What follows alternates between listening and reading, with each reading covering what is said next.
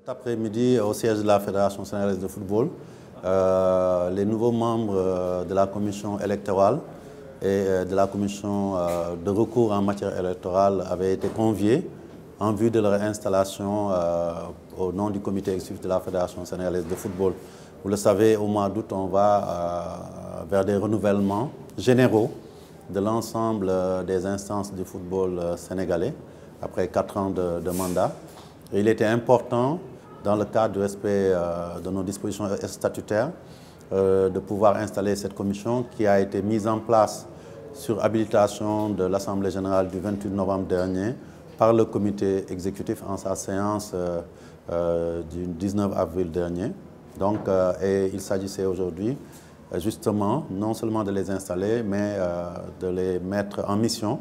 Nous avons profité de l'occasion aussi pour inviter les membres sortants qui viennent d'épuiser 2 mandats, puisque leur première désignation remonte à 2013. Ils ont eu à faire les élections de 2013 et après renouvellement, conformément au texte de la fédération, qui permettent un seul renouvellement suite à une décision donc, de l'Assemblée générale. Ils ont été renouvelés pour les élections de 2017 et ils ont été remplacés par 2 nouvelles équipes, aussi bien en première instance qu'en appel. Et comme vous avez pu le voir, le comité exécutif avait proposé des noms de personnes qui sont de la famille sportive pour la plupart, mais d'autres qui viennent des milieux judiciaires, des professions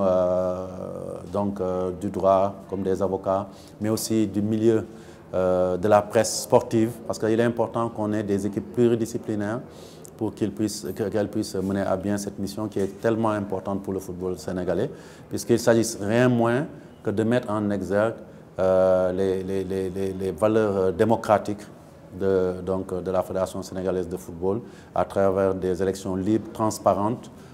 qui permettent demain de nous doter d'instances crédibles et de donner à ceux qui sont appelés demain à siéger au sein du comité exécutif de la Fédération, mais aussi au niveau des autres instances, les ligues, les districts et autres instances de décision,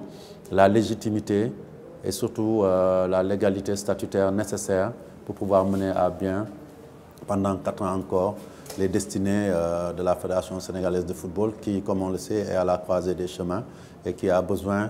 de beaucoup de stabilité pour pouvoir aller de l'avant. Et c'est pour ça que ces élections-là seront placées sous le sceau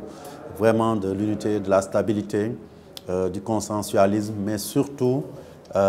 du fair play. Nous sommes dans le domaine du sport en particulier. Nous devons savoir qu'au-delà des postes, ce qui nous unit est le plus fort. Ce qui nous unit, c'est l'intérêt supérieur du football. Et c'est cela, avec ces hommes de valeur que nous avons choisis, que nous attendons d'eux. Et à partir du moment où ils sont installés, l'ensemble des acteurs et dirigeants du football devront se mettre de côté et les laisser mener à bien le travail des opérations électorales qui commence par l'établissement du calendrier électoral et aussi le suivi et l'organisation des opérations électorales. Et à ce niveau-là aussi, il est bon de rappeler qu'aucun élu ne participera à leurs travaux. Seul le secrétaire général, ainsi que son collaborateur qui est le chef du département juridique et son secrétaire général adjoint, ainsi que les membres de l'administration, seront habilités à travailler avec eux. Et je pense qu'aujourd'hui aussi, ça a été bien réussi lors des 2 dernières élections où on a eu du bon travail qui a été fait par l'équipe sortante. Et c'est l'occasion pour moi de remercier ces derniers, le président Jean-Louis Toupane et l'ensemble de son équipe au niveau de la commission électorale, mais aussi les présidents Seck Diouf et Maître Kader Niang, qui avait eu à faire un excellent travail lors des 2 dernières éditions. Et nous espérons, avec la qualité des personnes qui ont été choisies et que vous avez pu voir, avoir des élections apaisées, mais aussi transparentes, sérieuses, qui nous permettent de nous renforcer au sortir